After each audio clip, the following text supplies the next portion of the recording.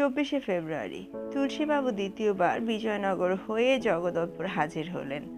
সঙ্গে ব্রেক ভ্যানে এলো একটা প্যাকিং কেস, যার গায়ে ফুটো থাকায় তার ভেতরে খাঁচার পাখির নিঃশ্বাস প্রশ্বাসে কোনো অসুবিধা হয়নি।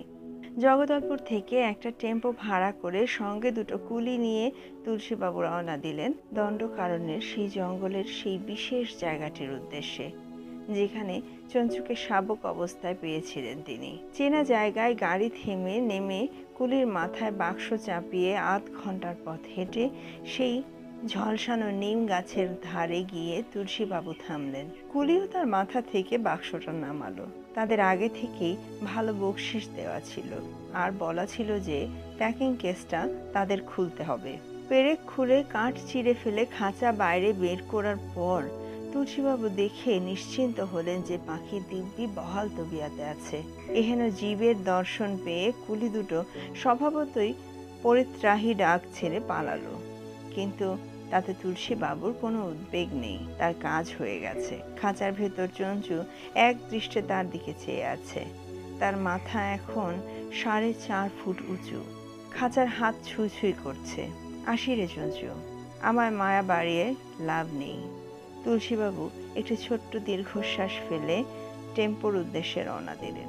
তুলসীবাবু কোথায় যাচ্ছেন সেটা অফিসের কাউকে বলে আসেননি, এমনকি প্রদ্যুৎবাবুকেও না।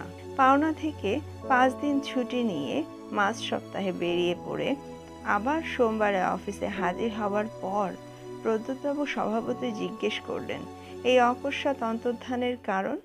তুলসীবাবু সংক্ষেপে জানালেন, নৈহাটিতে তার এক ভাগিনার বিয়ে ছিল।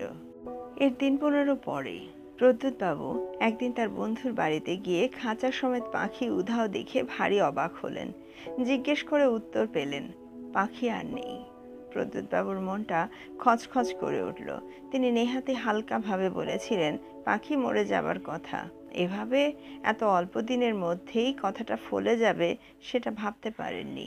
দেয়ালে তারই তোলা চঞ্চুর ছবি টাঙানো রয়েছে। তুলসীবাবুরও কেমন জানি নিঝুম ভাব। সব মিলিয়ে প্রদ্যুৎবাবুর মনটা খারাপ হয়ে গেল।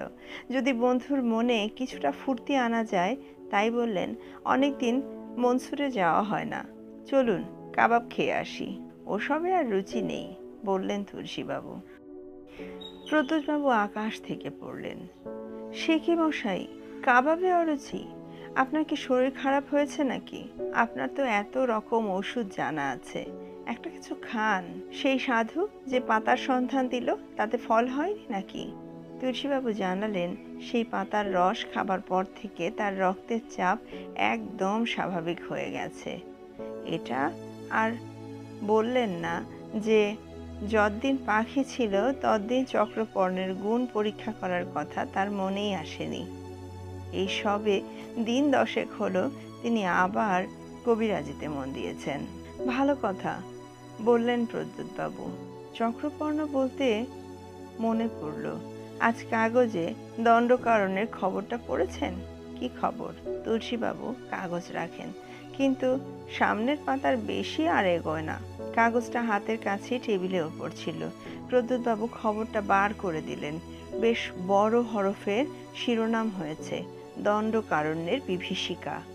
খবরে বলছে, গত 10 দিন ধরে দণ্ডকারণ্যের আশেপাশের অবস্থিত গ্রাম থেকে নানা রকম গৃহপালিত পশু, হাঁস, মুরগি ইত্যাদি কোনো না কোনো এক জানোয়ারের খাদ্যে পরিণত হতে শুরু করেছে।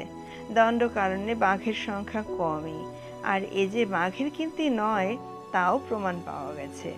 বাঘ খাদ্য টেনে নিয়ে যায়, এই জানোয়ার সেটা করে না। তাছাড়া আধা খাওয়া গরু, ছাগল ইত্যাদি দেখে বাঘের কামড়ের সঙ্গে এই জানোয়ারের কামড়ের পার্থক্য ধরা পড়ে। মধ্যপ্রদেশে সরকার কর্তৃক নিয়োজিত 2 জন বাঘা শিকারী 1 সপ্তাহ অনুসন্ধান করেও এমন কোনো জানোয়ারের সন্ধান পাননি যার পক্ষে এমন হিংস্র আচরণ সম্ভব। এই ঘটনাকে কেন্দ্র করে গ্রামবাসীদের মধ্যে ভীষণ আতঙ্কের সৃষ্টি হয়েছে। একজন গ্রামবাসী দাবি করেন যে সে নাকি এক রাত্রে গোয়াল থেকে একটা দ্বিপদ বিশিষ্ট জীবকে ঝড়ের বেগে পালাতে দেখেছেন। তারপরই সে তার গোয়ালে গিয়ে তার মহিষকে মৃত অবস্থায় দেখতে পায়।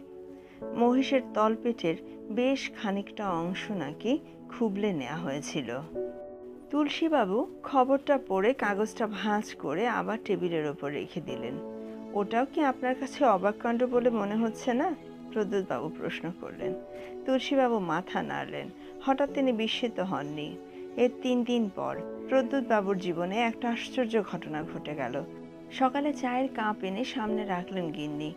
সঙ্গে প্লেটে নতুন প্যাকেট থেকে বার করা 3খানা ডাইজেস্টিভ বিস্কুট। সেটিতে চোখ পড়তে প্রদ্যোৎবাবু হঠাৎ কেমন যেন অন্যমনস্ক হয়ে গেলেন, আর তারপরেই তার হৃদস্পন্দন বেড়ে গেল। মিনি বাসে করে একডালিয়া রোডে তার কলেজের বন্ধু অনিমেষের কাছে যখন পৌঁছালেন, তখন তার নাড়ি চঞ্চল।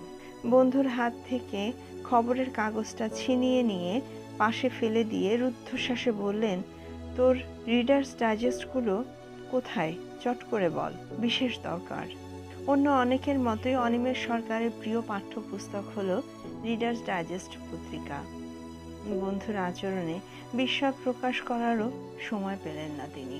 উঠে গিয়ে বুকশেলফের তলার তাক থেকে এক গোছা পত্রিকা টান দিয়ে বার করে নিয়ে এলেন। কোন মাসেরটা যাচ্ছিস? ঝড়ের বেগে এই সংখ্যা ও সংখ্যা উল্টে দেখে অবশেষে যা খুঁজছিলেন তা পেলেন প্রদ্যোৎবাবু। এই চেহারা, এক্স্যাক্টলি।